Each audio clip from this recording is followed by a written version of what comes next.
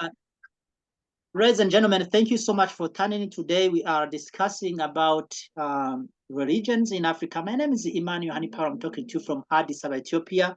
And as you can see, there is a Bishop William on the other side, and we have two other guests as well. So today we are going to be facing the religions in Africa with facts and trying to figure out what can we do with religions. This program is not intended to blush or to discredit any one religion, because that is not the plan of this program. But we just want to see how much religions are very important in our people lives. So on this program, we're gonna look how we can maneuver around and still be able to liberate Africa or African people, but also keeping whatever we believe in and be able to come together despite we being or having a lot of religions. So the first thing I want to highlight is that uh, it's not only African people who are religious. Even people who are not African are religious. According to the research, more than 80% of people globally, they do identify to be religious. So that means they believe in religion. They are a member of one religion to another. So that makes more than almost like 80,000, maybe 98,000, no, 60,000, 80 million people actually who are actually practicing religion. So compared to 7 billion of people, so we have more than almost or way more than half of people who are practicing religions. Now, when it comes to Africans, African people are 80%, no, 95% are religious. So that means either they are Muslim, they are Catholic, they are Protestant, they are Orthodox, they are something they belong to religions, Hindu, Judaism, whatever you can call. So that is a very high number. You cannot ignore this much number when you are talking about liberation of Africa. And so for that reason, that's why we definitely have to face the truth of religion. And uh, also, I want to highlight what is the religions.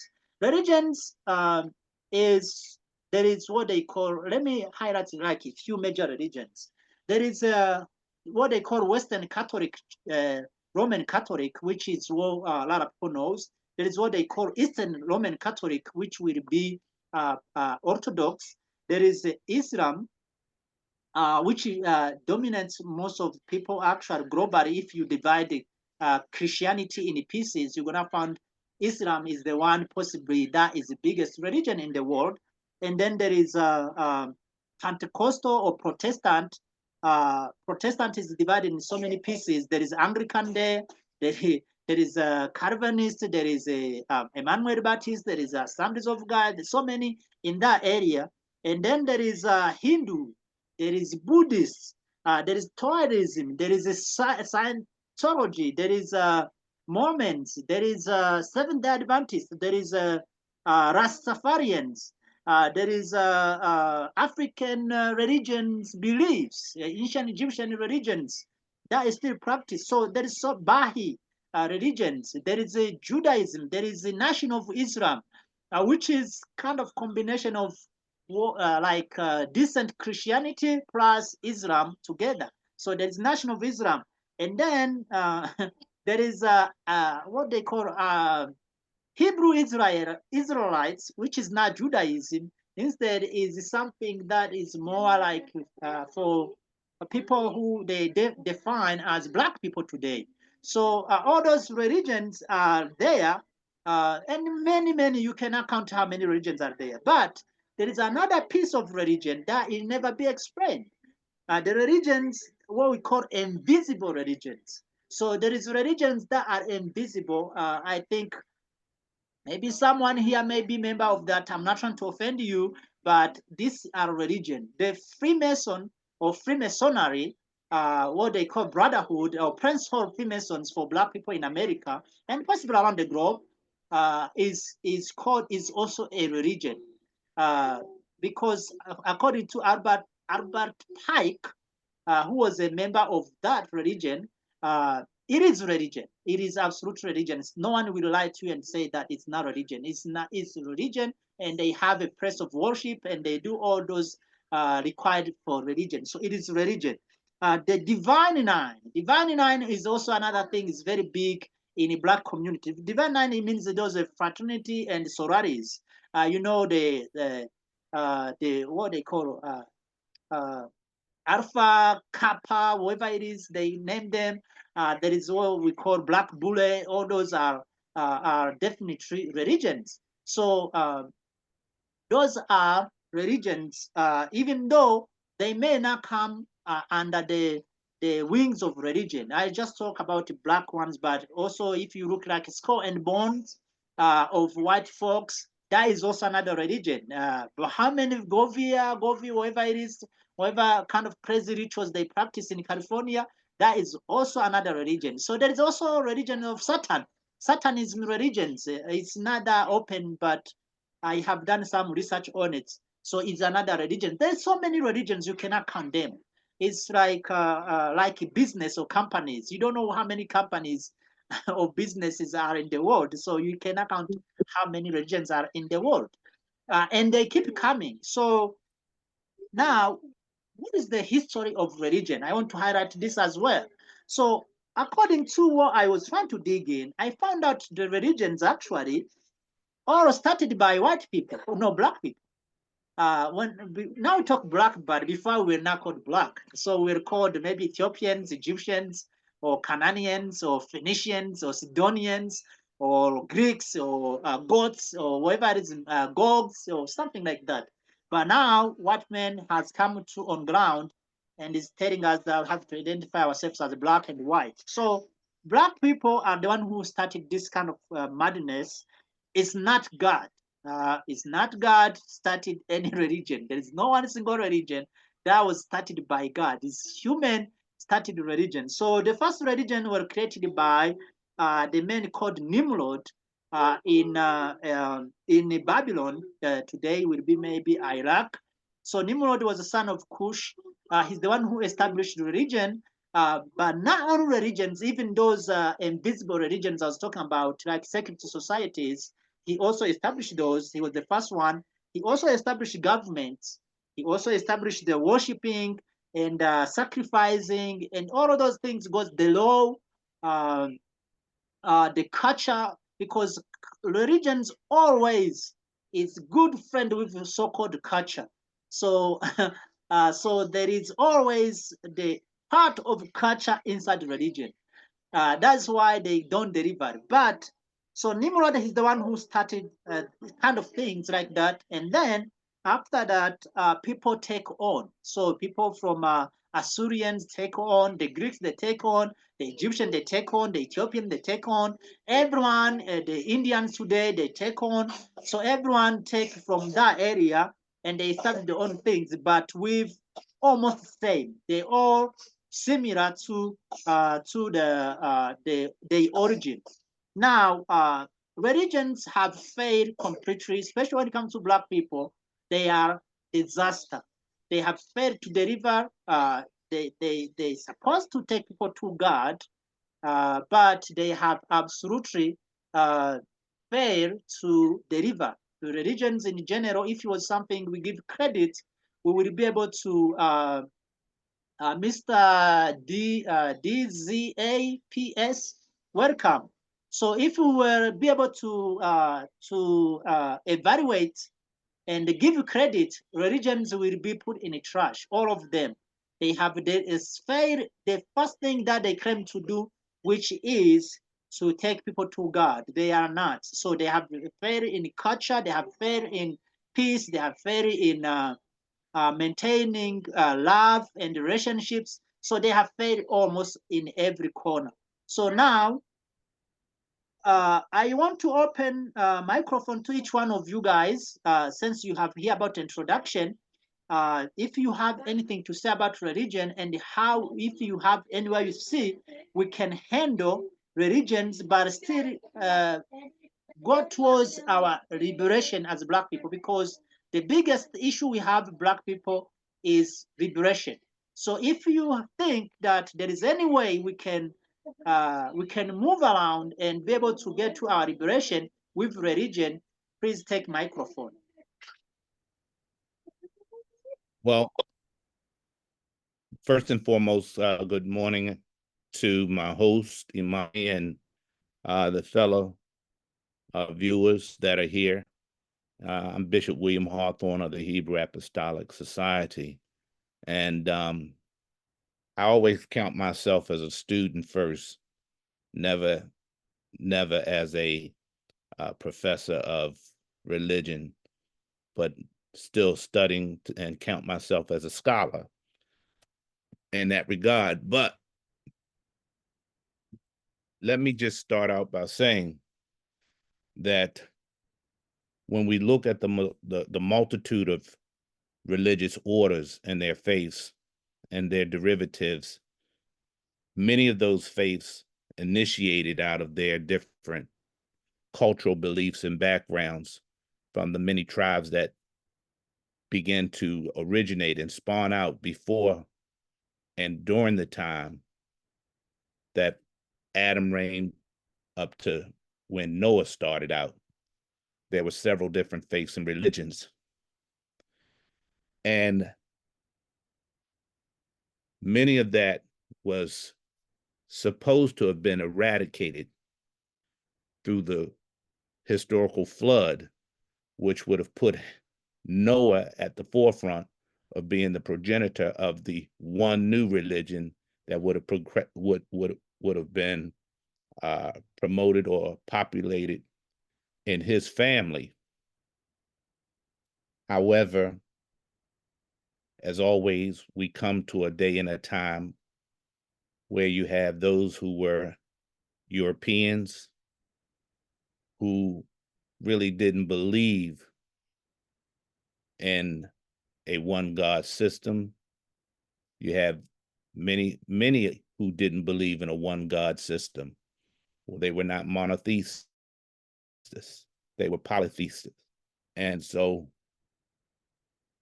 when we go back in history and we begin to study, and from my position, having come out of Christian origins, having come out of both Catholic first to Christian second to Hebrew, there's much that I have gleaned and learned, and I do know that religion has had an impact not only on rulership, but on moral and ethical principles that were supposed to maintain the culture of the community and the society in general. It was for the purpose of making sure that there was some adherence to the very fact that every individual in that particular culture got along, had a common understanding, and they understood that there was something greater than themselves. And that's what's meant when we read back in Genesis chapter 2, when it reads that Yahweh breathed into the nostrils of the clay form he created and called man, or Adama. And it says, and he became a living soul, which is that he developed a conscience or an awareness of his presence and the fact that there was a God. So when it comes to its impact, its connection to bringing us together as a people to operate and to function and to live together, religion has served indeed that kind of a bonding purpose for ethic and moral statutes. When it came to the spiritual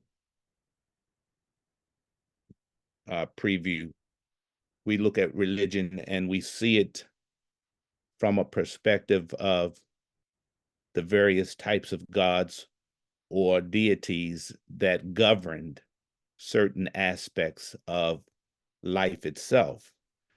The rain god, the harvest god, the god of the earth. Greeks and Romans had so many different forms of gods that impacted every aspect of their culture, from the messenger god to the lightning god to the god of the air. These gods help to provide a sense of autonomy so that they would begin to recognize they didn't have control over the air. They didn't have control over the sky, the lightning, the harvest, the rain, the water, you know, Neptune being the god of the water. And some of the planets that we have identified, that we've named, were named also out of these various gods. So today, because of so many variations of religions, so many different moral and ethic or ethnical upbringing, we've come to a place where people don't agree on religion. And I'm in agreement with them. I don't agree in religion. I agree in relationships. I am a monotheistic God believing individual in that there's only one God. However, even in the scripture, and I can't remember exactly where I read it, but even Yahweh mentions that of all your gods, you must acknowledge that I'm the God above all gods. And when we look at the Hebrew word that is used in Exodus chapter 3, referencing the God of that one God power, he's not just El, meaning the most powerful one, but he's also, when Moses asks, who shall I say sent me, he identifies himself this way. He says, I am that I am. And when it's translated Hebrew, it's Hasher, Hayah, Hasher, I am that I am. And so when you look at Hayah, which is the being or the existence, we understand that Yah, which is the short version of the expanded version of the tetragramma, Yod He Wod He, it means he that exists without the need of existence, the presence. And so when we talk about ethics, when we talk about values, when we talk about morals, when we talk about the law that was given to Adam, that was given to Noah, that was given to Moshe, everybody gets caught up on the one set of statutes that were given to Moshe. And Christians like to dumbify the statutes of the law down to just 10, because that's all they read from Exodus chapter 20. But there in the Torah, which are the 5 books, 613 mitzvahs or laws, commandments, and principles. And they're given to us to help bring us and guide us to a place where we learn how to conduct ourselves. So when we look at the politics, when we look at the rulership, any king that ruled that didn't have a spiritual guidance or a spiritual counsel to advise him on the spiritual pulse of his decisions ended up being a king that was wicked, that thought about only himself. And this is where I think religion and politics, even though we like to say the separation of church and state, there really can be no separation of church and state, because religion, or the fact that we have belief in a God, has a purpose, has its place in our political arena. And I think we need to begin to re-implement these types of principles, these types of statutes, these ordinances that were written in scripture, so that we can begin to get back to a government that's not corrupt, that's not about itself. And if we use it properly as a tool and not as a deitistic, pious, I'm above all men because I've been appointed by a spiritual head, we can come back to a place where there's balance, where there's wholesomeness in our governments, in our countries. Look at where we are today and how we've gotten here. I yield my floor. Thank you so much. I don't know if I mentioned this, but there's one thing people do not realize when I was reporting religions. I think I skipped this. Atheism is also another religion. Even though people don't realize that, but it is another religion, because they tell you to believe that there is no higher God. And since they're telling you to believe, that means obviously that it is another religion. So anyways, my question was, I see you went down through the history of religion a little bit, and how they always mix with the governments, which it was actually the intention of religions, as I mentioned. The first man to create religions, which is King Nimrod, his intention was to not differentiate religions and governments, because he was a king and he wants to be to rule the people. So he established those things to put them together. But also, if you come from the Abrahamic religions, you're gonna find out that most of them too, they do. God always implement kings, he implement judges, he implement prophets. So it was always together. Even in ancient Egyptian, if you look careful, kings were called gods. So which is automatically tell you that in a politics arena and religions, it never be separated. Now, what do we really need to do? Because Black people, let me use Black people, but I can use African people, I can use people of color or whatsoever, Negroes and all of those kind of names you are called. We are suffering in very big major. Whether we are Muslim, we still suffering. Whether we are Christian, we still suffering. Whether we are Catholic, we still suffering. Whether we are Nation of Islam or whatever it is, any religion we found ourselves under, is all based on suffering. So what is that? How can we handle that to the point we can liberate ourselves? And our people are very strong on religions, which I understand, because obviously that's how it's made to be. We are very strong on religions more than our salvation.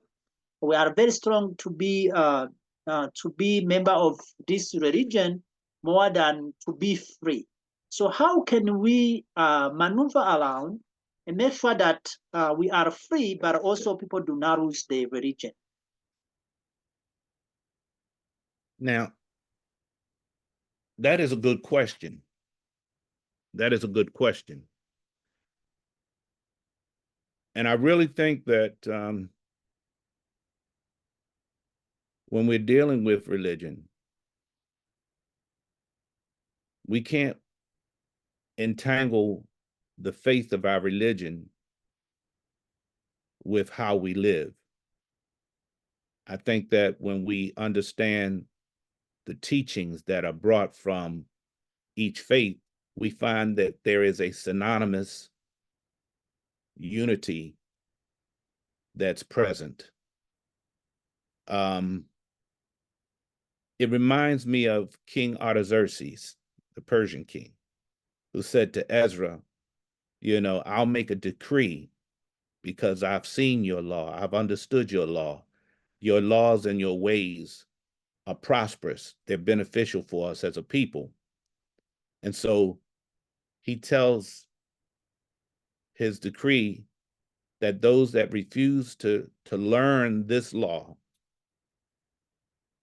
which will become the law of the land, which means that every person who is studying or living under his reign would have to know these behaviors, know this mindset, know this ethic and moral interaction as being humankind, so that there was a balance between all the people and everyone would get along. He says that if they refuse to learn it, if they refuse to do it, the law of Ezra's God and he, the king. So he lets it be known that first is the law of God, or the law of Yahweh, and then there is the king's law. And so to me, he's saying, look, if you don't follow it, I'm either going to confiscate your goods, I'm going to be imprisoned, I'm going to exile you, or I'm going to put you to death. And I think that there is a order there that's by purpose, which means that if you offend the law and you disregard the king's order and command, that first we're going to give you the fining by your money. Most people are influenced when you hit them in the pocket. And if you offend again, then we will imprison you. And then if you offend again, we'll exile you.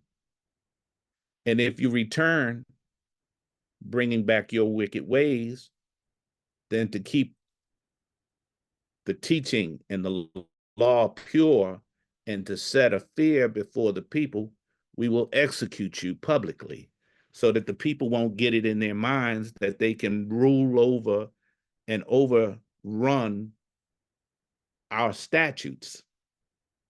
I think that we've gotten away from that mindset. This is where, the death penalty comes in, martial law. A lot of people says, oh, no, it's inhumane. No, it's not. I really believe that there are those crimes that deserve execution. So when we talk about bringing order into a land, when we talk about bringing a structure so that the people can grow, so that they can prosper, it should be God's law first, then the statutes that belong to the king. And the statutes that belong to the king should be those that favor the people. In Proverbs, it says that when the wicked rule, the people mourn. But when the righteous are in office or in place, the people rejoice. And I've taken a look at a lot of countries as I've traveled the world, and I can see a lot of people mourning, groaning, suffering because of wicked kings, violent kings, corrupt kings. And when we speak of kings today, we're not just talking about kings and monarchs, but we're also talking of presidents and political offices. So there has to come a movement, not a religion, but a movement based off of the laws of Yahweh, which many have adopted and they don't realize they've adopted the Hebrew laws. And yes, Islam, Israel, and the Christian faith, all are Abrahamic teachings. They all come out of Abraham, which is the monarch or the father of all of the faith. And when we speak of Israel, we have 12 tribes, but the promise that was given for salvation, the promise that was given for deliverance comes down through the tribe of Yehuda. Now, here's the issue, Brother Amani. When we look at religion, they focus on salvation and deliverance through the Son, Yeshua. They call him Jesus. And I teach there is no Jesus because J is 500 years old this year, created by Mr. Trusant or Trusani, Gian Giorgio Tresiani, something like that. And the year 1524. Now this is 2024. So we can cut the J. I'm not going to get into a historical lesson on that, but we can cut the J. So when they start talking about salvation, when they start talking about deliverance, they're talking about from this world to the next world. But I say, but he also mentions on earth as it is in heaven. So why are we just focusing on heavenly issues when we're not focusing on earthly issues? To focus on earthly issues means, how do I bring deliverance to my people here on earth?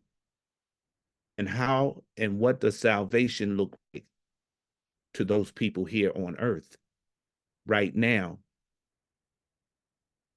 Hands down, with all religions being considered, you know, whether it's Hinduism and and I want to just say with Mormonism and the Seventh-day Adventists, they're still counted in the Christian faith as well. They're still considered Christians. They consider themselves Christians in that faith of religion. And Protestantism, as you mentioned, being so many sectors, having subdivided so many times, it's become a head that has no singular polarity. And we need to find that singular polarity of that faith for it to really be a legitimate, single-minded religion.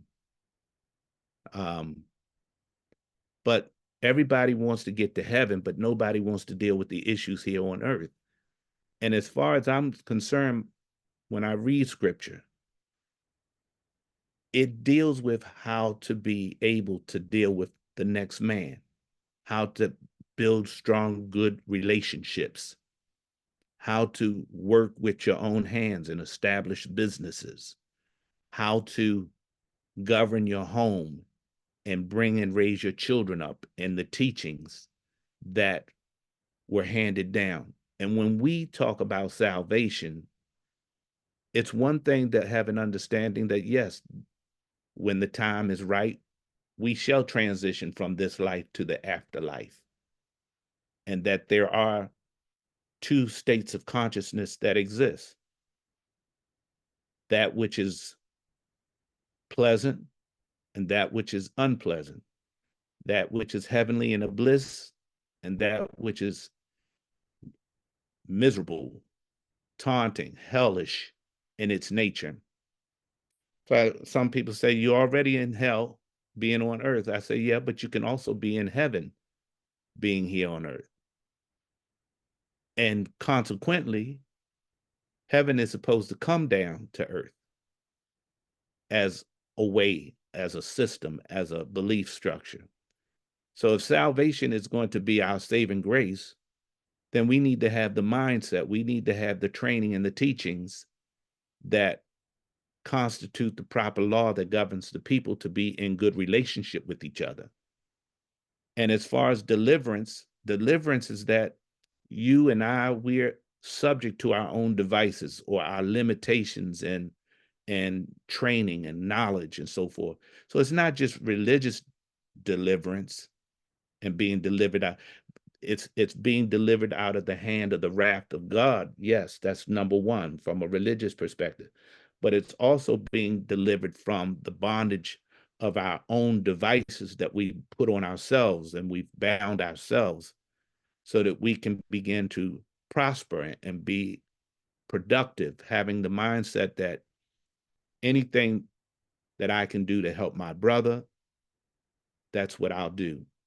And as I do unto you, I expect others to have the same reaction or the same response to do unto me.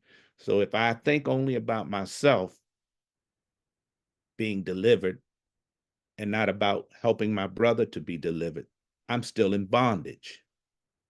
But when I begin to have the mindset to think about helping my brother to be delivered from his limitations, helping him, as I teach, we're only as strong as our weakest link. When we begin to strengthen the next man to help them to grow and to become strong, we become a strong nation because we become a strong people. And as a strong people, having understanding of the statutes of the law and how they work, we create deliverance among ourselves. We create salvation among ourselves. And we have to acknowledge that it's not man given, but it's given from the celestial God of Yahweh, the He that exists without the need of existence, the one God. And his son, Yahshua, was the example of what it should look like. So that's where we are. We're supposed to follow in that model of what it looks like.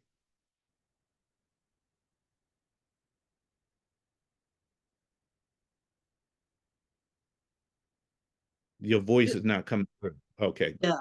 So you still have not really faced the question I ask you. Let me rephrase it. So the Christianity, whether it's Catholic, whether it's Anglican, whether it's whatever religions that existed, were a part of colonizing Africa, enslaving people, lynching people. Yeah, Uh, that's true. and the Judaism too, this Western Yiddish Judaism as well. Now, Islam, you talk about Abrahamic religions, it was the longest enslaving our people. And people are still sucking everything from Africa. They are member of religions. I don't know if you ever see a Negro ranching program or party where people will have a cross and then they wrench people. They you know what they were doing on wrenching someone. Let And me help you out. It's not wrenching, it's lynching. yeah, lynching. Sorry for my accent. Yeah, it's Oh, not no, no. wrenching, it's lynching. But I'm Yes. quite familiar with that because I've not only I'm 65 years old, Yeah. and when I came up, we still had lynchings going on. So I still was a part of the discrimination, the the movement of the Black Panther, Stokely Carmichael, all of that came up through my era. So when we talk about the religions as you're stipulating and its influence in Africa, you're right.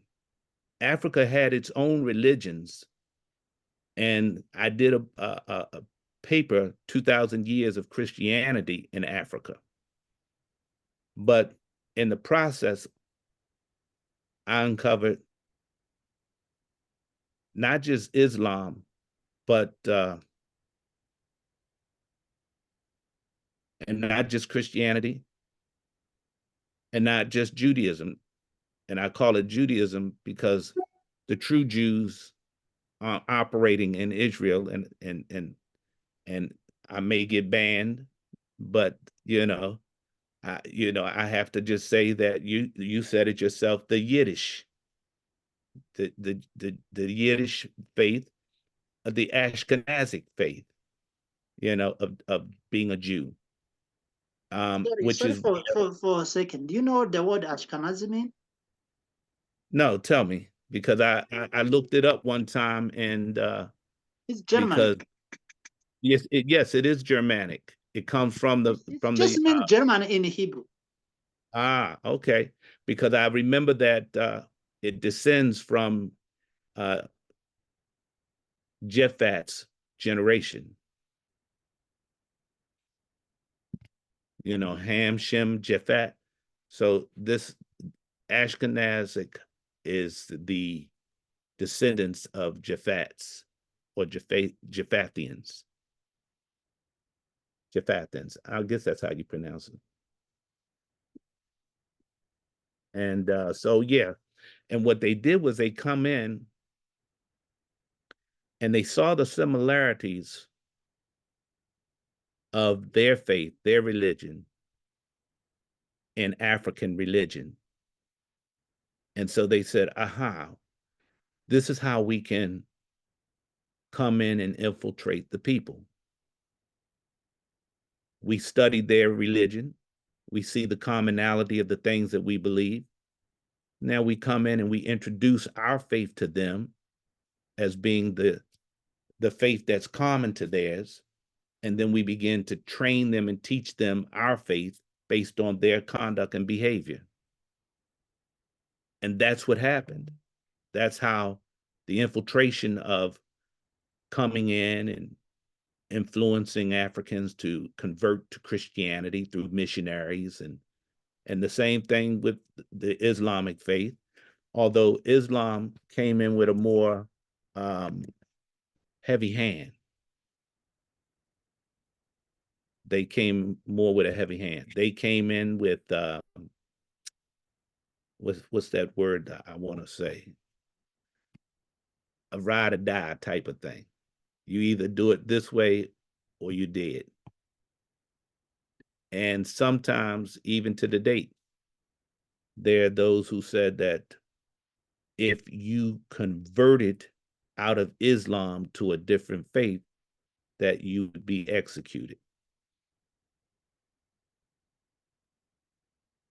So when we talk the Ottoman, so when we talk about that faith of religion, the Ottoman church and faith being influential in Africa and all throughout, then we began to look at and begin to say, okay, we have all of this going on, and then we need laborers. Oh, and you got X amount of at this time they servants or slaves. See, this is how colonization began to come in. And we'll give you certain weapons or certain tools to use against your neighboring tribes that you're trying to usurp authority or champion or conquer. And in exchange, we just want manpower, labor. And it seemed innocent. But see, the difference is this. In Africa, there's a certain dignity that was handed down to the slaves. They still recognize them as people. But the colonial and those that came to the United States with slaves began to see them as less than human, 1/5 of a man. And they began to treat them as animals, as creatures and beasts, beating them, whipping the flesh off of them. If they didn't do what they told them to do, they'd kill them and then go get another one and replace. All of that in the name of religion. because religion was what brought us from Africa to America through the tribal chiefs. And here's what I'm saying to you. And when they came in and they began to sit down, they began to put the chiefs in a position of partnerships. And then when they began to decide they didn't want to go along anymore, they came in and with their force and brought those chiefs with their weapons under subjection, under submission, and made it be known, we own this land. This is our region. And I forgot to do my little bit of research, but maybe you know, when they actually began to subdivide Africa into different nations, because Africa was never a divided continent.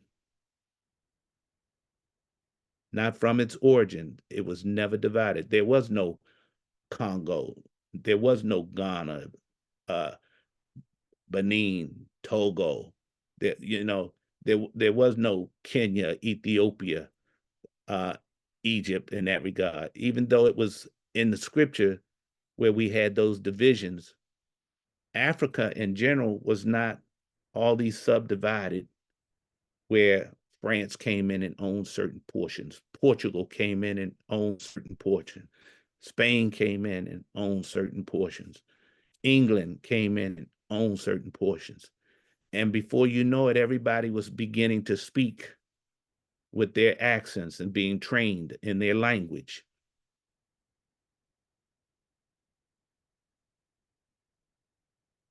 And then when they discovered all of the resources, they began to extract the resources from the land and gain power, technological control, and they weren't paying back to Africa the things that Africa needed, Africa deserved.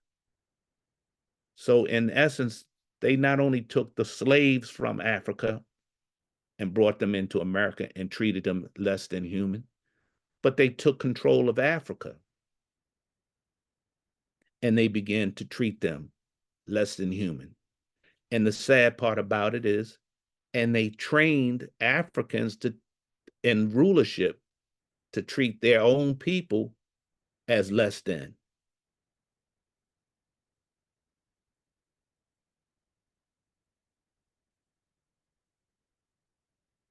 Are we talking on that same level?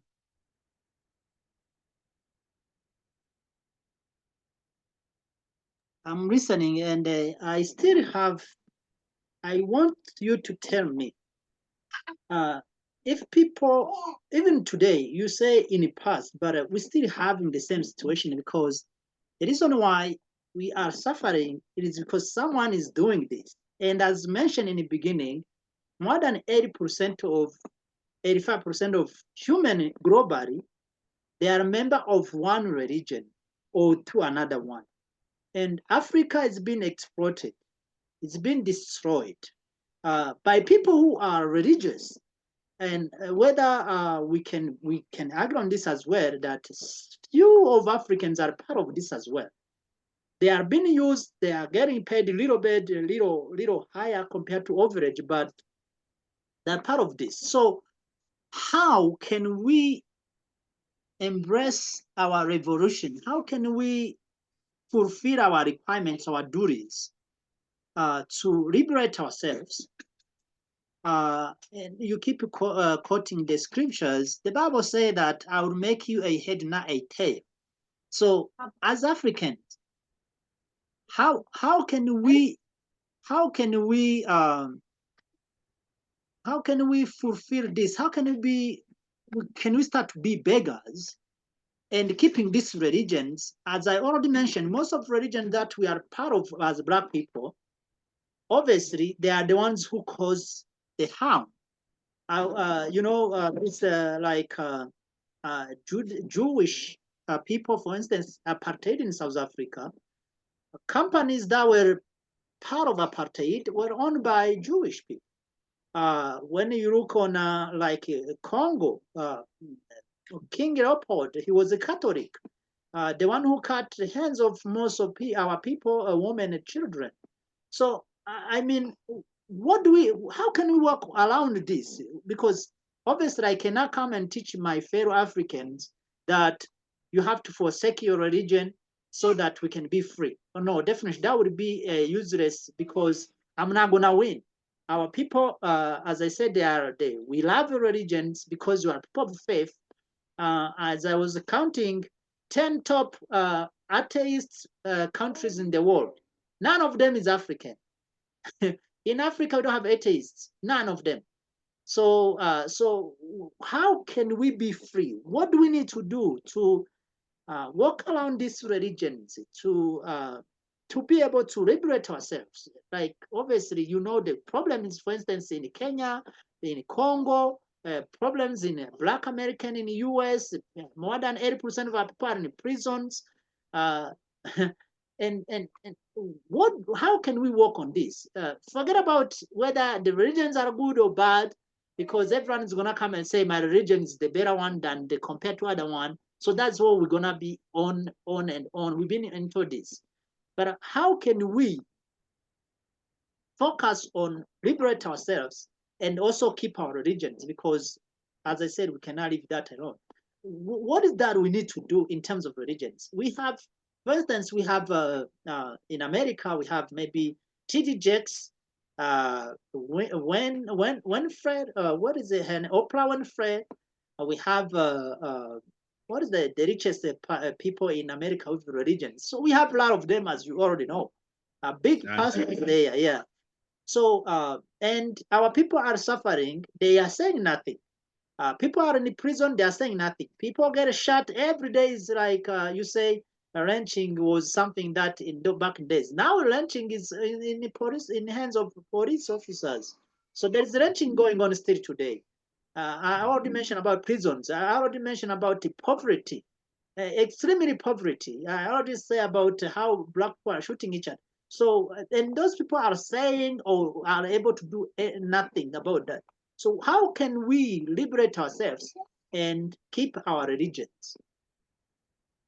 Brother, I'm gonna tell you from what I do when I'm in Kenya and what I'm teaching.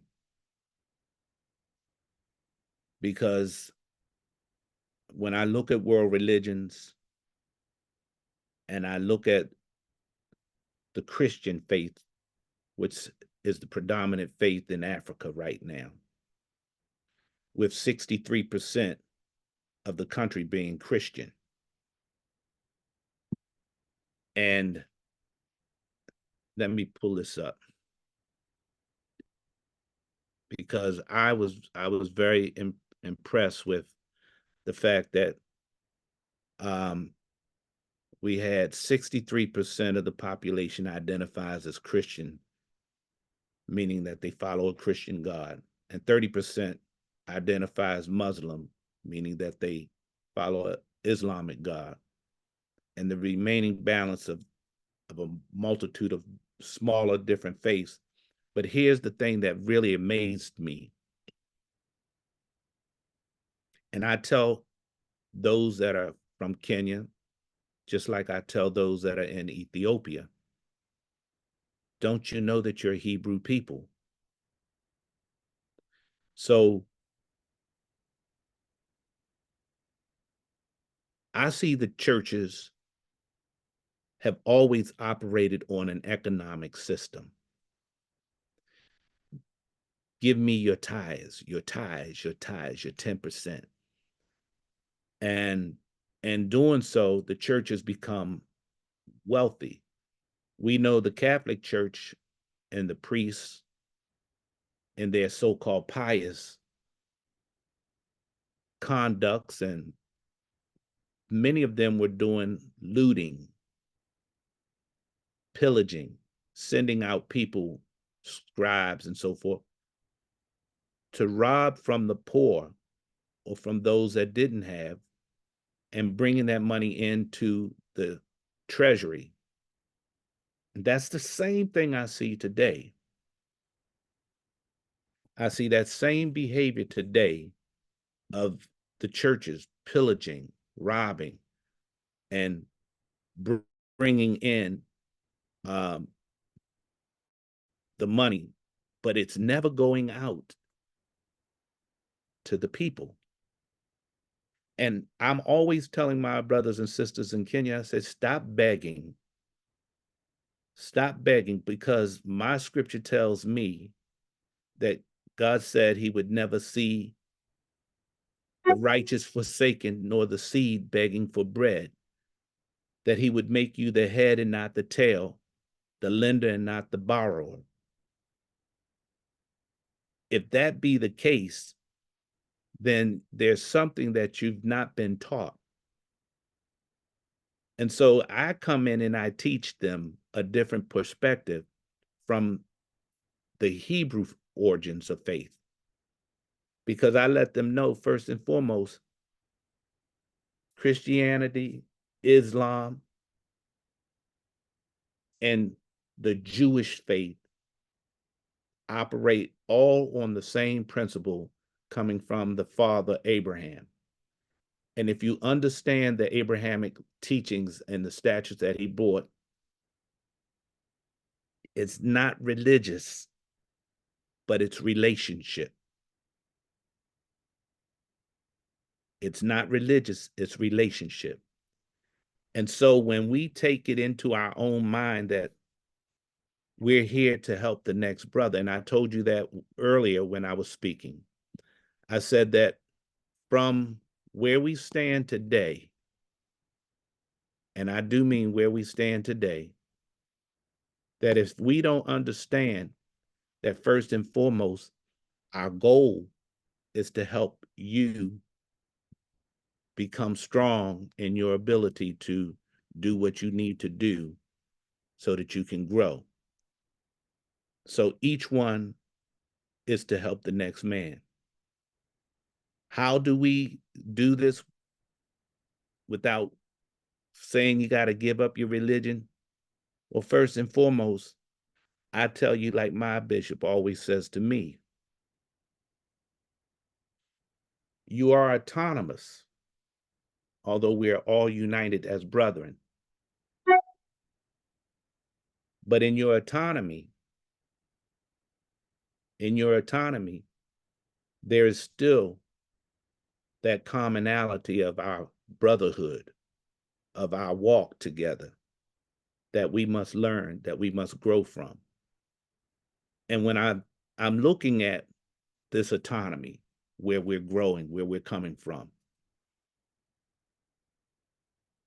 I recognize that what I see in the churches over there in Africa, they've learned a bad habit. They've learned a bad behavior, where the pastors are thinking that the church is supposed to take care of them, and they're not understanding, hey, wait a minute.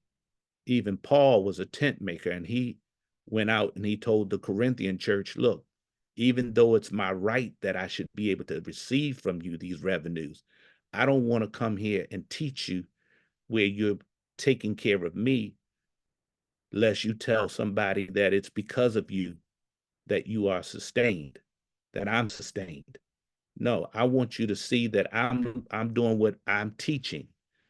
And he tells them in First Thessalonians, he tells them point blank, and I like what he says in First Thessalonians chapter 4. This is how we reach them without compromising. It's not about religion, it's about relationship. Okay, well, show me the relationship in the religion. That's how you do it. And he says, and that you should study to be quiet and to do your own business and to work with your own hands, as we have commanded, that ye may walk honestly towards them that are without, and that ye may lack nothing. That you may lack nothing.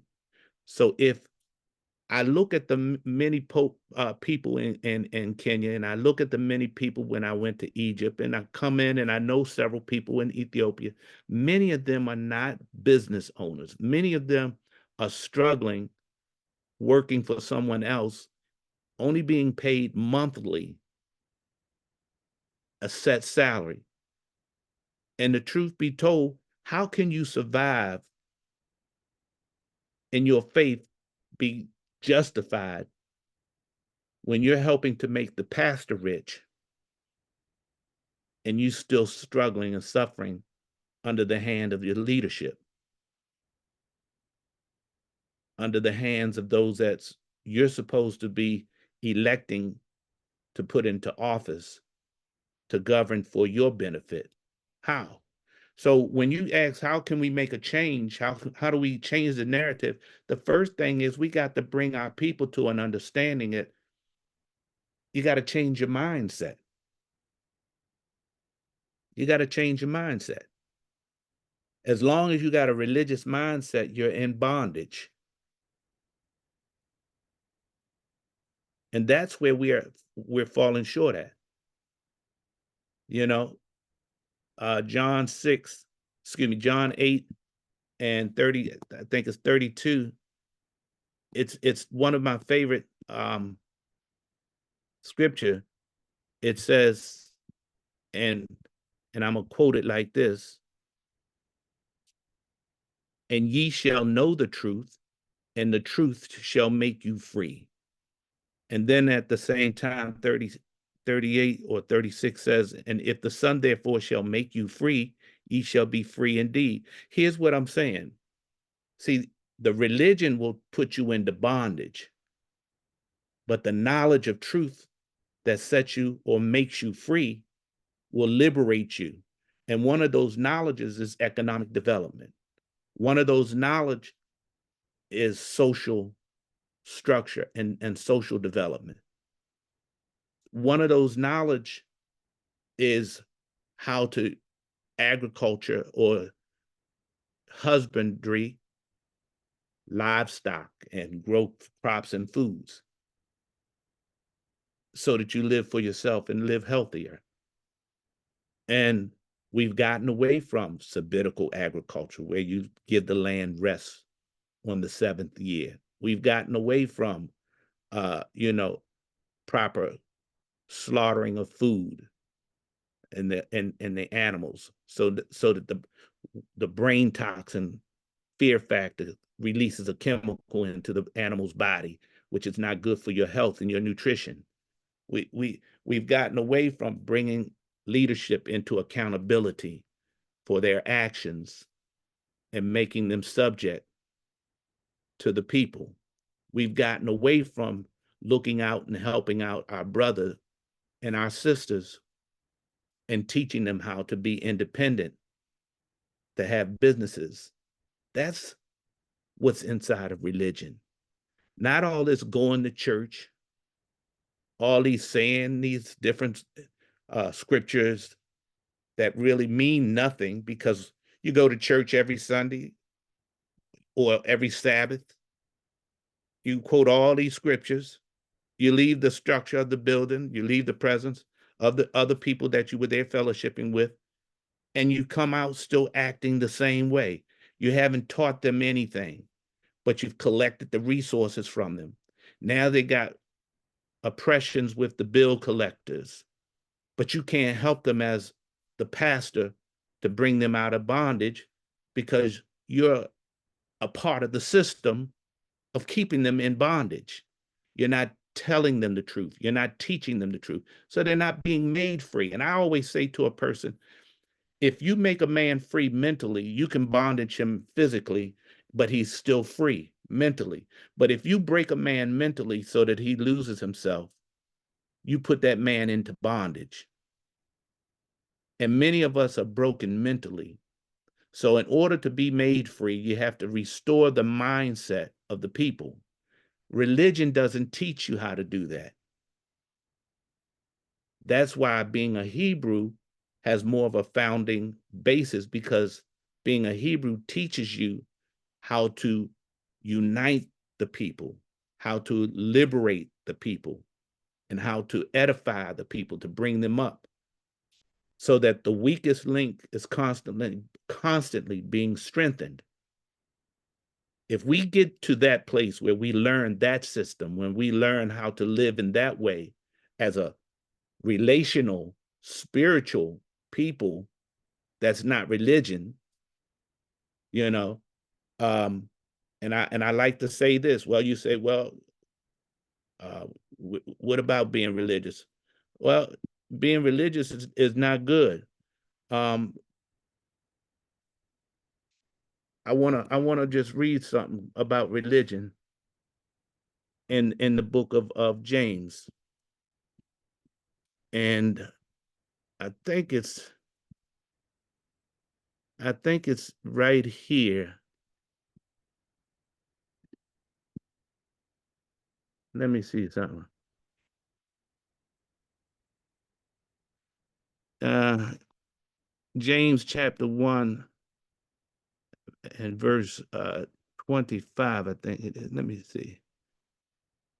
So when we talk about religion, this is what James says. I want to get my eyes situated because sometimes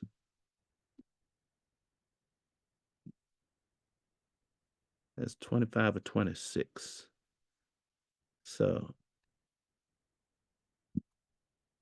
because I'm like this, don't listen to me, listen to the scriptures and let the scriptures be read. So it says, if any man among you seem to be religious and bridle not his tongue, but deceive his own heart, this man's religion is vain. Pure religion and undefiled before Yahweh the Father and the Father is, okay, before God and the Father, that's one and the same. So they're identifying Yahshua the Son here. But pure religion and undefiled before God and the Father is this: to visit the fatherless and widows in their afflictions, and to keep himself unspotted from the world. So he's shown us three categories or three definitive aspects that we should be considering. Who are the fatherless? Who are the widows? And when we talk about widows, we talk about true widows in their afflictions, and to keep themselves unspotted from the things of the world. And the things of the world is what? The lust of the eye, the lust of the flesh, and the pride of life. So when we're dealing with those things, we're looking at how we can become relationally solid as a people and not religiously bound by religious ceremony and practice and false traditions and false doctrine, which lead us astray and make leaders in the church rich and well off, but the people still struggle. They can't always come to the pastor to get a helping hand. And I was telling someone the other day, they were saying, "Oh, we don't have any food to eat. Can I lend them some money to help them out?" And I told them, I'm not going to sit up here and pray for you. I've given you money before, but if your commitment is not with me, you need to go to where your commitment is and make them accountable.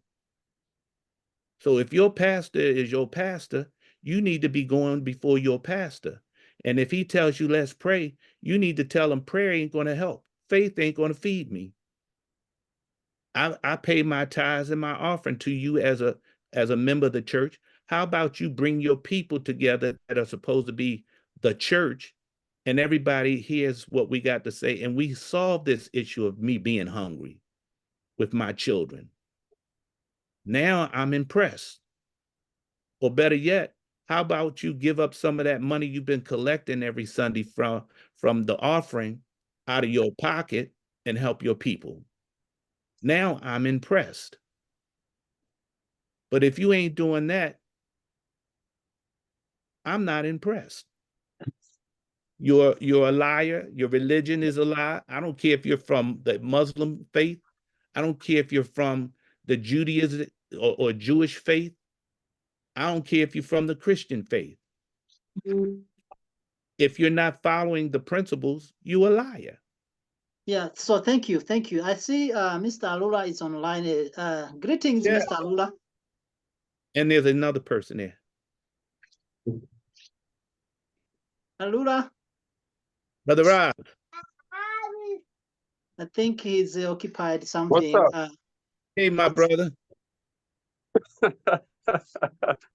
How y'all doing? All is well. And Misty Trinell. Did I say that right? Misty Trinell? Like she's not answering. So anyways, moving on, I think, I don't know if Arura has anything to add on that. We're still working on the question of how we're gonna handle our liberation with religions. As I mentioned, more than 95% of African people belong to one religion or another one, either Islam or Catholic or Protestant or Anglican or something. So now, Bishop, you highlight about what you teach people, but that is another religion as well. Now, let me ask you a question. Do you guys have a bank that is under your Hebrew religion? Do you have a hospital? Do you have a shop or grocery? Do you produce any food? Why do you think your religion is different with Catholic? Why do you think your religion is different with Seventh-day Adventists? Why do you think your religion is different with Mormons? Why do you think your religion is different with the TD Jakes religions? Why do you think that what you're teaching people is better than the other things people been swimming in for centuries now, and we haven't seen any results when it comes to the change of our life?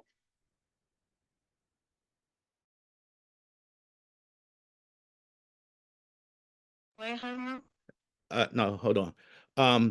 It's not about me thinking that I'm better than,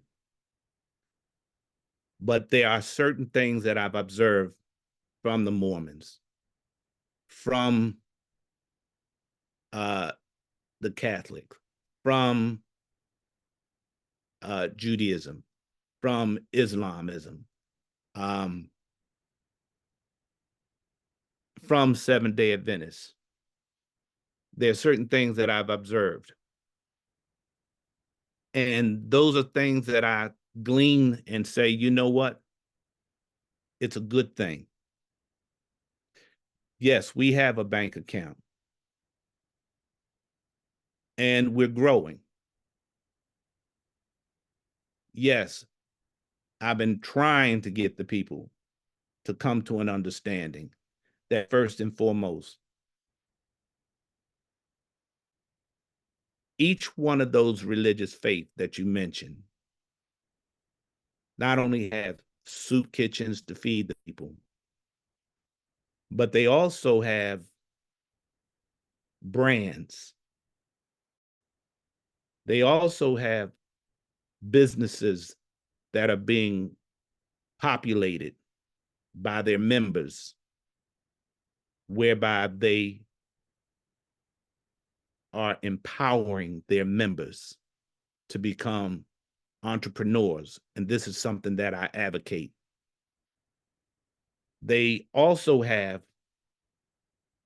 pantries so that when their members are lacking food, they can go to them.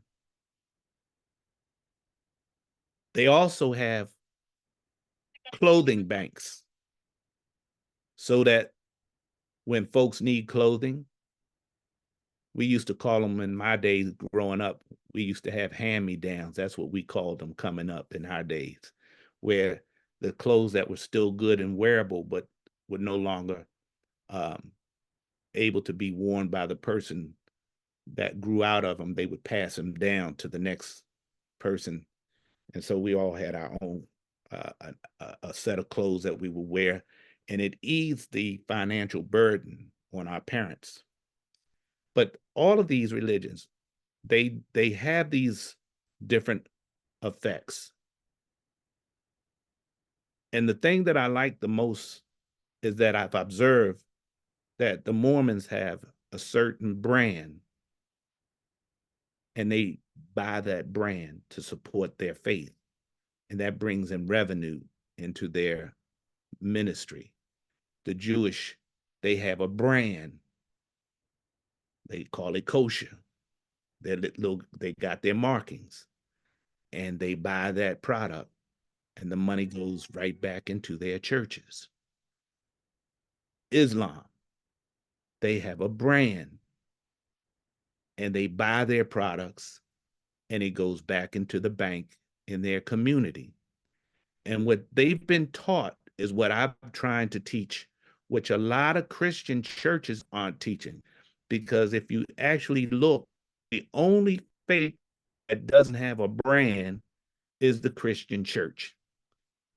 They have soup kitchens, they have clothing banks, but they don't have a brand for foods that they produce or market. And so they fleece the people with tithes and offering. That's where their money comes in. And that comes from the teachings of the Catholic Church. Because you don't find a brand for the Catholic Church. But they got clothing, outposts. They got soup kitchens. They got job training. They got all types of other services that I commend them for.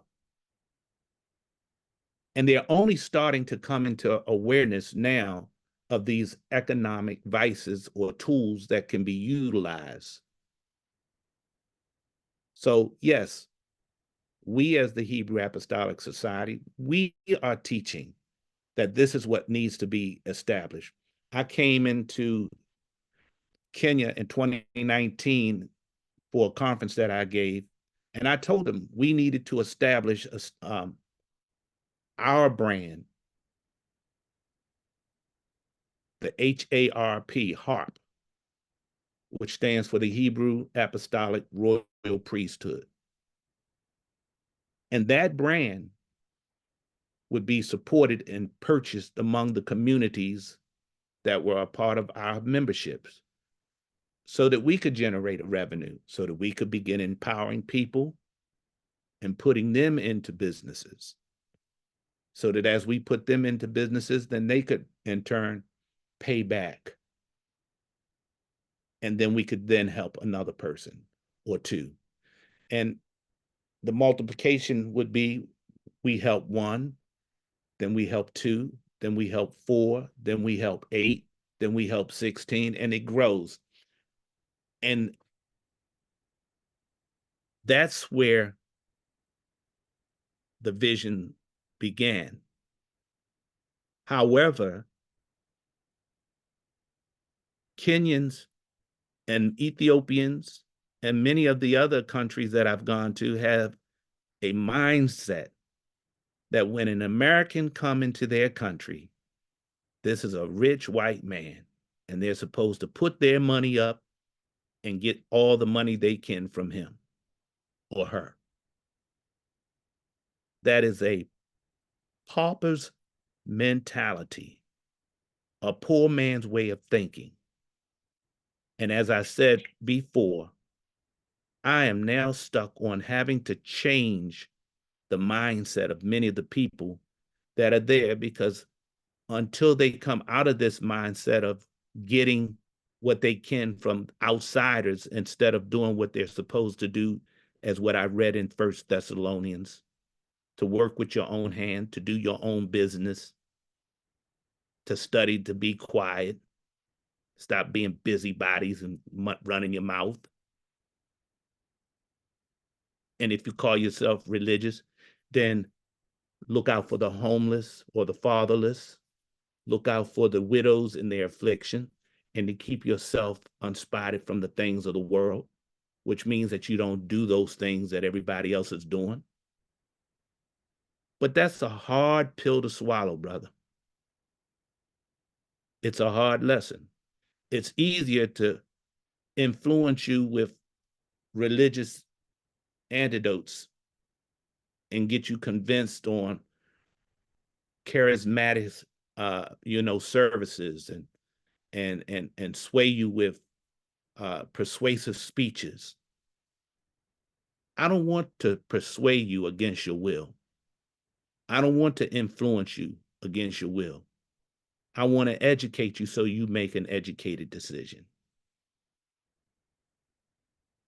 Thus, as it was said, and ye shall know the truth, and the truth shall make you free. Now set you.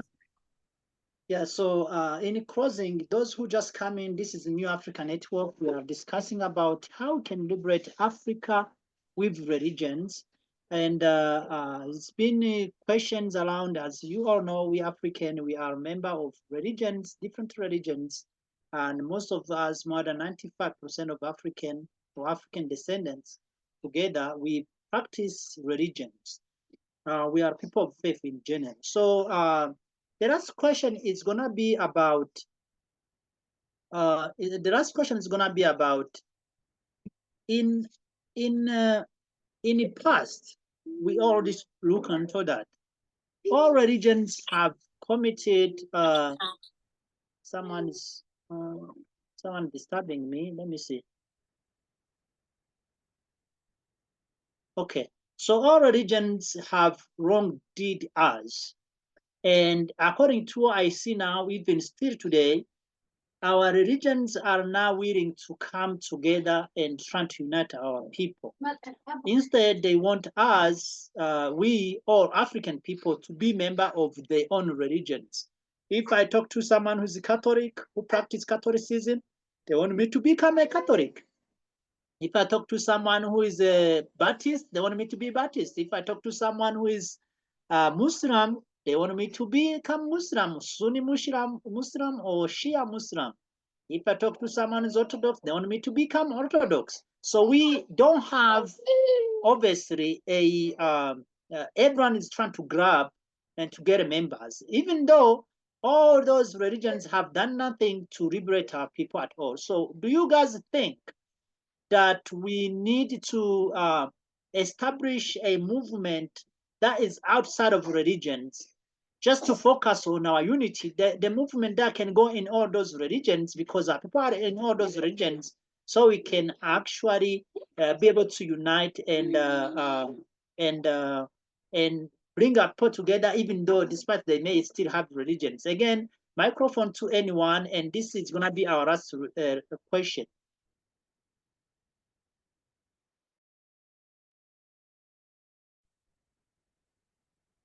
Free the land. This brother Jamil Lamont. Yes, go ahead. I'm Brother Jamil Lamont with the Provisional Government Republic of New Africa, conscious citizen, and chairman of the Republic of New Africa Grassroots Mobilization. I am a Shiite Muslim. To be more exact, I'm an Islamic Revolutionary New African nationalist. That means I'm a Black nationalist and an Islamic revolutionary at the same time. To address this issue that you just put on the table, first thing I want to say is this, that Christianity, Judaism, and Islam, three monotheistic world religions, have both, like you said, been abused to Black man, woman, and child, and have raped and plundered Africa and enslaved its people. And each one of them have blood on their hands. And right now we can see today basically in the Sahel region that there is Islamic terrorism by the fundamentalists waging war against what is basically Muslim states. Mali, Niger, and Burkina Faso are predominantly Muslim. Over 90% in Niger and Mali, and 63% in Burkina Faso are Islam, but yet they're being fought by Islamic fundamentalists from ISIS and so forth. And we have the same problem coming over in Sudan, which is going to outbreak in possibly a new war. So this thing that you said about how can we come to unify, should we go outside of religion and become atheists or whatnot? I don't think that's the case. from the beginning of time to now, there's been a war between good and evil. And that war will last, that is an eternal war. And it basically boiled down to the men of good and righteousness fighting against the men of evil and bad. And those are, you have bad people within the faith also and outside the faith, the faith systems. And so the thing is, I think it's most important that we have an interfaith dialogue in forms where the good men of the world, of whatever religious background or faith denomination, come together as a united front against the bad men in the world. Because God is on the side of righteousness, truth, and justice, and good will prevail over evil in the end. And there are universal truths that goes throughout all religions, right? And men of decency and understanding can interrelate and interact with men of other faiths and don't seek to overcome them by force or brutality, and can respect that and live in a world of peace and harmony with this diversity of faiths.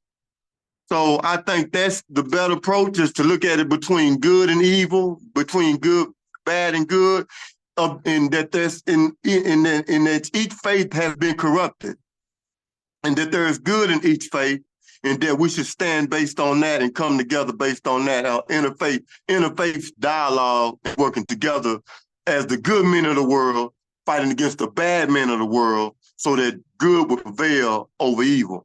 I yield. Black power, freedom. Brother, and I agree with you 100%. You know, that's basically what I've been speaking about, all from everything that I've touched on from when we opened up to now. So you really came in and hit it all in the head with one great big old good speech. And as far as religion is concerned, I always say it's not about religion, it's about relationship. And the hardest part is building and bridging unified bounds of relationship of good men, because now we're dealing with people with their own agendas, and it's hard to find unity. The last time we had anything unified was early 200s, when Farrakhan did the Million Man March, and I'm sure that you're familiar with that. Yes, I'm absolutely familiar with that. Farrakhan is one of my inspirations from a Black nationalist perspective. Although I don't follow his brand of Islam, I respect the man and would put my life on the line for him. To say the Million Man March, we do need another mass movement and unification of the Black man, woman, and child in America. The way Black folks are in the African Americans are in the most key position towards world affairs. We dictate United States foreign policy if we come together. We're in the belly of the beast. We saved South Africa. South Africa would still be under apartheid if we hadn't come together and speak out on South Africa's behalf. Cuba is still under a 60-year embargo because Black Americans ain't said we ain't taking it no more. Haiti is being manipulated and being invaded by a UN invasion force, and Kenya. And that's because Black America haven't come together and demanded that they treat Haiti right. The AFRICOM is plagiarizing, militarizing Africa, and we see the scramble for Africa between the Europeans and the Russians and the Chinas.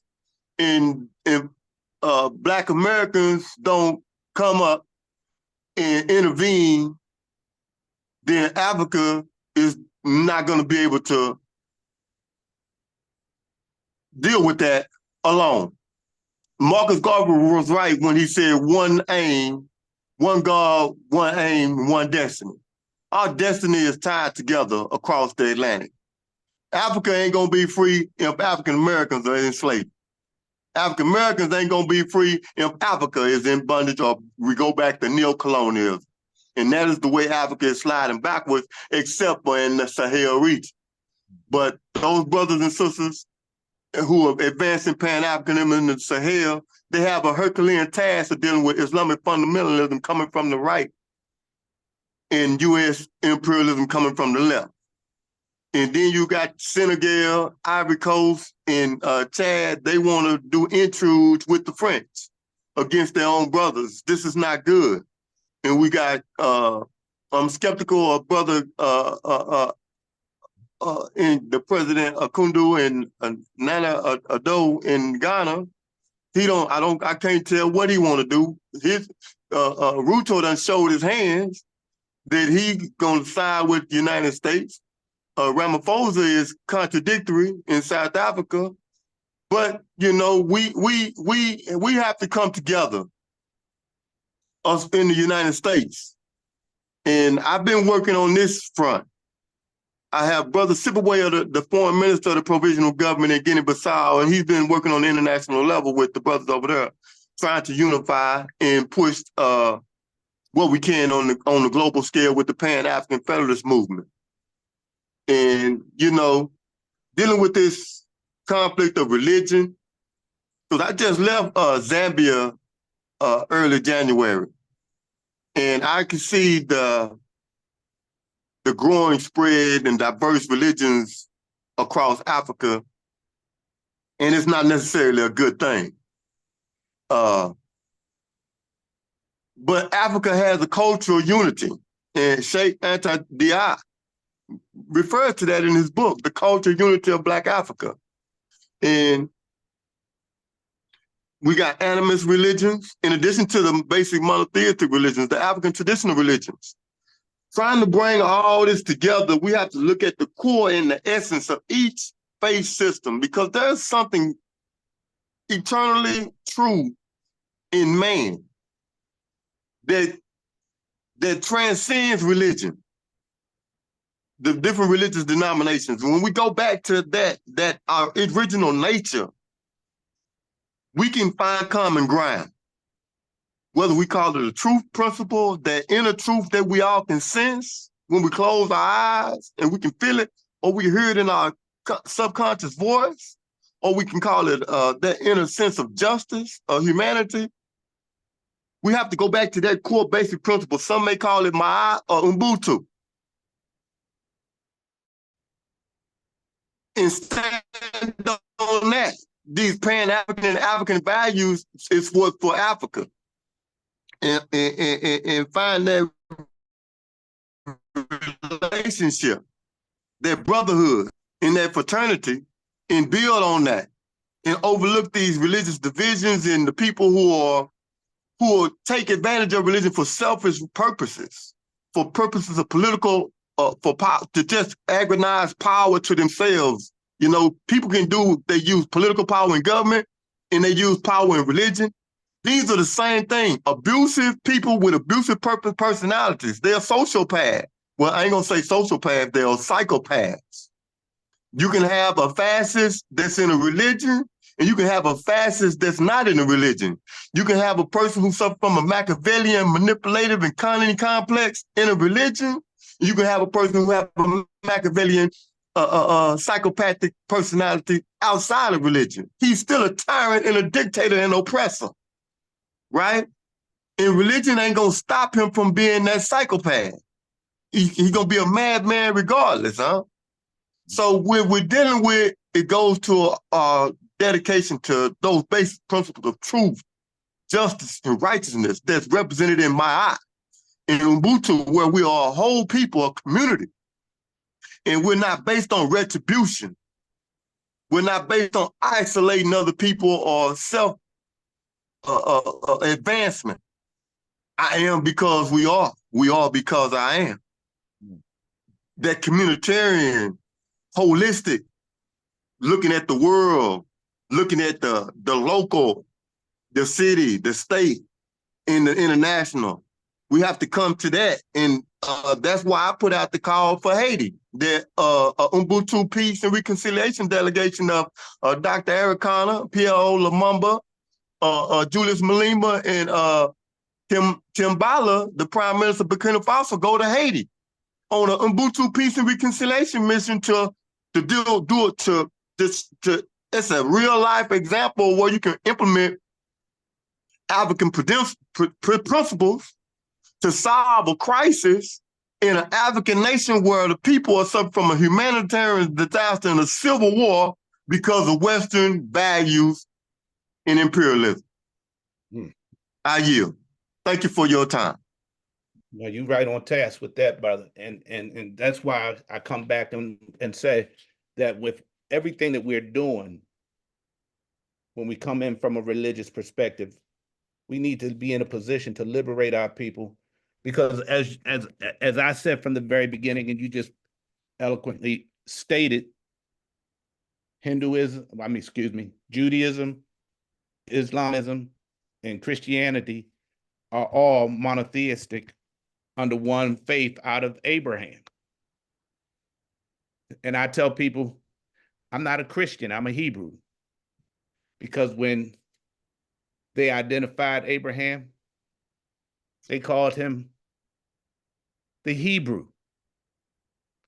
And that only means that he is a descendant of Eber.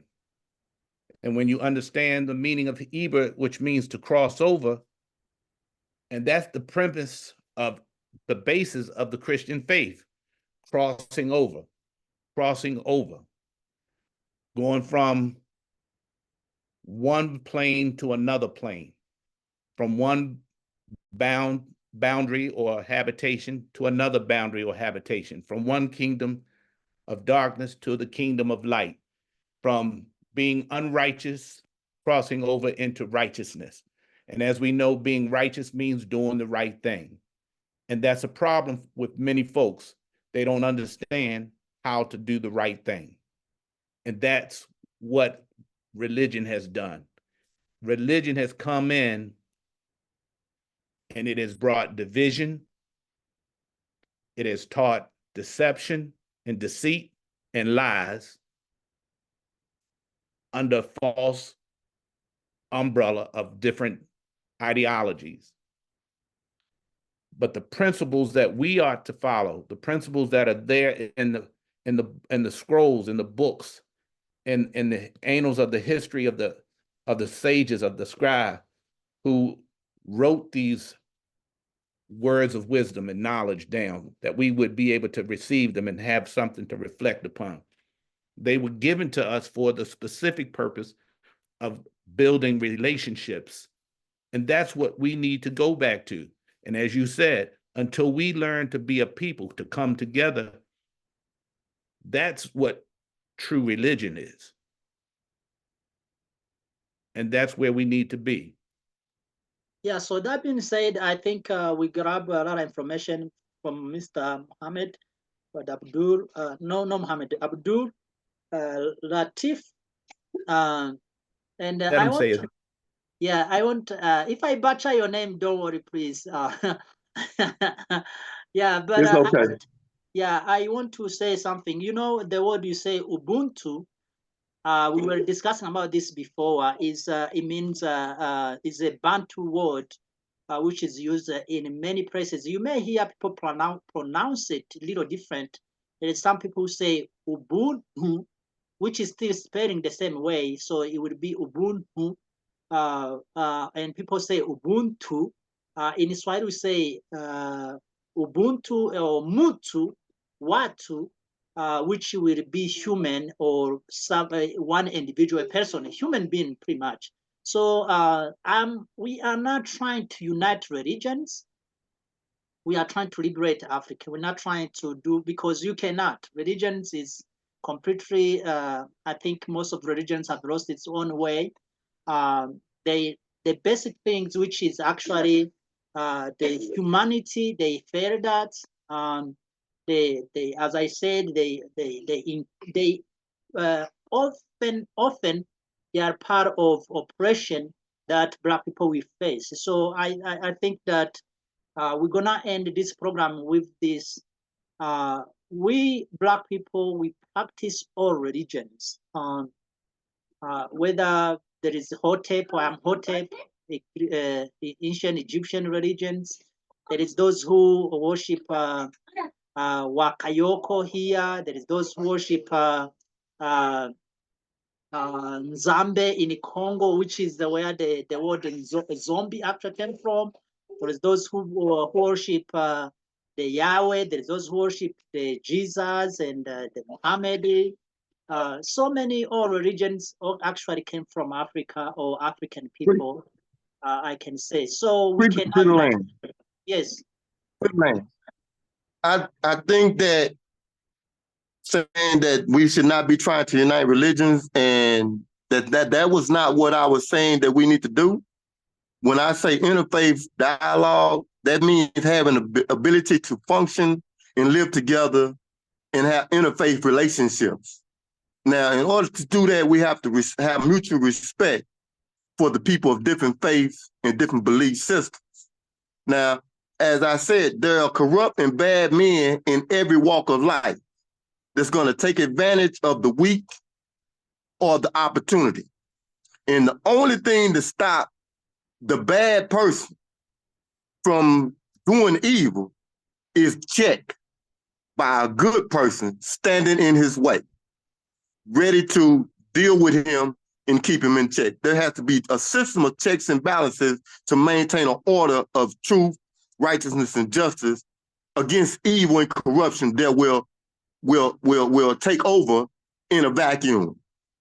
So the systems that we have to establish is the legal systems has to be set up in the enforcement mechanisms on the nationwide level, the continental level, such as the African Union Court of Justice and Human Rights, or other mechanisms have to set up and be able to mediate these differences and impose and enforce those standards where there's respect. Because you have certain nations that have mixed legal systems where you have customary law, Western law, and Islamic law all going together in one nation. Like, for example, Nigeria. You have Western law, you have Sharia, and then you have African customary law. It's a mixed system, legal system. So across the continent, nationwide, you have to have a mixed legal system where each different group, faction, and religion is able to practice its faith with relative freedom while maintaining respect with the other faith and nobody stepping on anybody else's toes. That is interfaith, mutual respect, relationship, and you have to have a system that's respected and authoritative that can maintain that order, or else evil people will gain power, corrupt that system, and create mayhem and mischief throughout the land. I yield.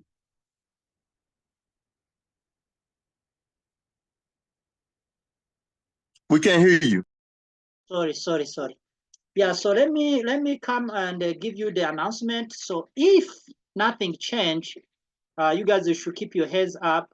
This coming week, we're gonna have two interview, possibly with Mr. Barbecue. Mr. Barbecue, I think you guys know who I'm talking about. The gentleman from Haiti. This one here. You guys can see that, right? Are you guys there? Can you hear me? Yeah, we can hear you, but no, we can't see anything. It just says double click to enter full screen, but okay. you're not. How about now? No. Did you click on what you wanted to showcase? Because you were showcasing something earlier, but now we can see it. Okay. Yeah. So this gentleman here, if nothing changed, so I may have him in our program. The first program is gonna be to interview, to ask him questions. The program is gonna be, of course, in French and English and Kiswahili language. And then the next interview is gonna be to people who will be on program to ask him questions. So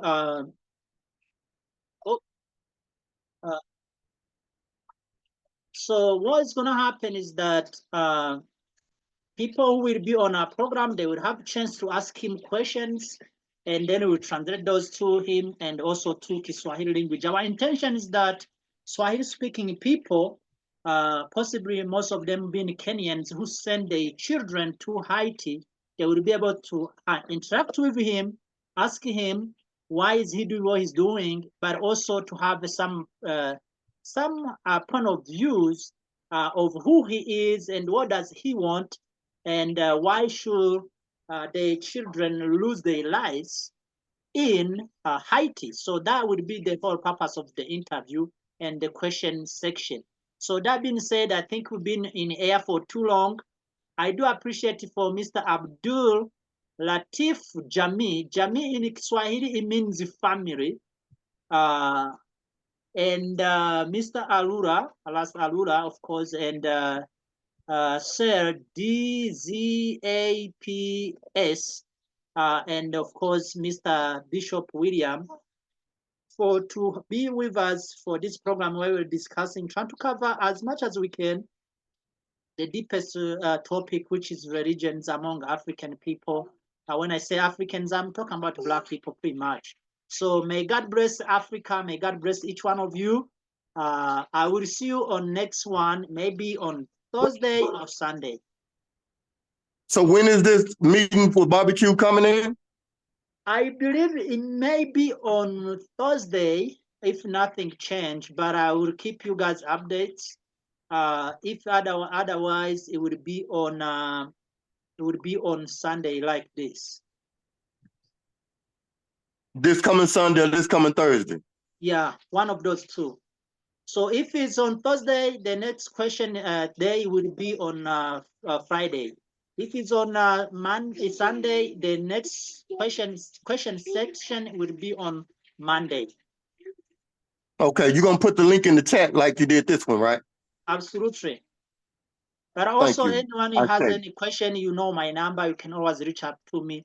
And I think this video is gonna be uploaded on Swahili for Africa on YouTube and other platforms as well. As you can see on my username, that is how it's gonna be posted. And the preview ones too are online already. Now let me just get a point of correction. You always say Mr. Bishop. a double address. It's Mr. Bishop Williams. Yeah, it's Bishop. Okay. Bishop is one title, Mr. is another title, and Bishop is the office that I hold for my fellowship. So okay, yeah. So title like Bishop. Okay. So anyways, you know, English is my last language. So I studied everything, and then I'm just point of order on the fact that it's not Mr. Bishop, it's just Bishop William Hawthorne or just Bishop Hawthorne. Okay. All right. In Kenya, everybody calls me Bishop Wills. Oh, okay. Yeah, that would be more easier for me. Okay. Free the land. This brother Jamil again. I hate to keep holding you on. You say you in Kenya, right, brother Swahili? No, he's in Ethiopia. Oh, okay. I thought he was in Kenya. No, but I'm on my way to Kenya November 20th, and I won't return until March the 21st. Reason I asked is because I had put a copy of my call, posted a copy of my call and my call for Ubuntu Peace and Reconciliation delegation to go to Haiti. I put a copy of that, posted it in the chat, the New African Network chat. And I was hoping that if he was in Kenya, he can relay it to Brother PLO Lumumba, because he's one of the brothers I think would be eminent persons who would be best to be on that delegation to Haiti. Because barbecue has been calling for dialogue over and over. And Gary Cornell and the Transitional Presidential Council have been refusing his attempts for dialogue. And they're doing it because they believe that they want him to surrender or be killed, right? In his forces, the G9 revolutionary forces to either surrender or be killed. And without being given a right to sit at the table, because they were citizens of Haiti also. These people who were made gangs because were made into gang members by the people who are in the government, in the business class right now. All you did was put the same people back in power, right? Same politicians and same business class that created the gangs back 10, 15 years ago back in power. And now you want to lock up and kill the gang members who you created to keep you in power at the beginning, huh? And that's hypocritical, right? Yeah, so for the question, if you want to address Pierre Lumumba, I think we have contact. We can contact or reach out to him directly. And I have people also in Kenya. In fact, even those guys who are YouTubers, the top YouTuber in Africa, his name is called Tunacheki. If you watch on our WhatsApp group, he's in Kenya now. But we also have one girl, she's in Kenya too. We have a lot of people there. But we also have, I think, me and Eugene and other folks in the New Africa Network. You have a direct contact with Pierre Lumumba, so we can reach out to him. Or you too, you can try your best as well. But I'm not in Kenya. But if you have any information that needs to be delivered, I can definitely facilitate that for you. Okay. When you get back to the chat, can you send me your contact information in a private directly so I know exactly which one you are? Yeah, sure. I know you know me. Yeah, I think you are in our network, New Africa Network, right? Yes, I'm Jami Lukman. Okay, yeah. So definitely that would be very easy. I will reach out to you, and you know my number too. Is the one that start with the one that send the links anyways on WhatsApp group. Okay, I appreciate you. All right. So that being said, thank you so much, ladies and gentlemen. May God bless Africa. Mungu ibariki Africa. Tutaonana wiki ijayo. Kwa heri. Kwaheri.